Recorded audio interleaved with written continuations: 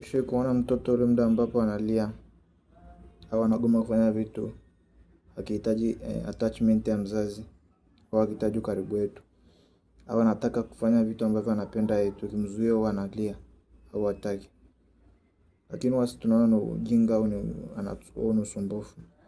Au watu ule muda mwingine anakuwa anamkimbilia mama yake, anataka kubaki naye, akitafuta attachment, akitafuta closeness, akitafuta kutokuachwa. Watoto wamezaliwa kuwa wakiwa na hii akili, wakiwa na hii hali na hii tabia.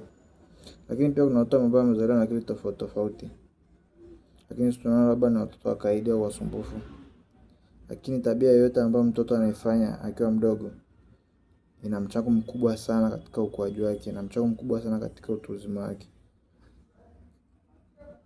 So badala ya kumwambia nyamaza, kuacha kumpa hiyo attachment ambayo anaitaka au kuzitumia, unatakiwa uzitumie hizo tabia ambazo anazifanya kumjenga vizuri mtoto ili aje kuwa mtu mzima mwenye aliyekamilika. Maana sipo timiza hizo stage katika utoto wake, usipompa vile vitu ambavyo anapaswa kuvipata akiwa mdogo, atakuja kuvitafuta akiwa mtu mzima. Unapata watu wazima wanafanya mambo ya kitoto, au pata mtu mzima aridhiki kwenye vile vitu ambavyo anataka, au yuko too dependent kwa watu.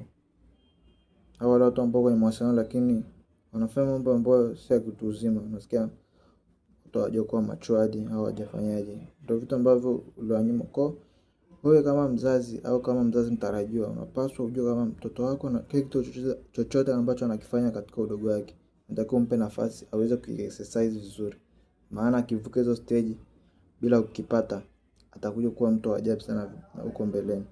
Kwa baki na swali hili, tabia gani ambayo mtoto unadhani mara nyingi wazazi wanaielewa vibaya? Hebu niambie tabia ambayo mtoto akiwa anaifanya wazazi wanaelewa kwamba ni labda ni usumbufu au inapaswa kuelekezwa au kukanywa badala ya kupewa mazingira ya kuendelea kukua. Ni tabia gani hiyo ambayo mtoto akiwa anaifanya mzazi unaona ni usumbufu, unamzuia sana aache kuifanya?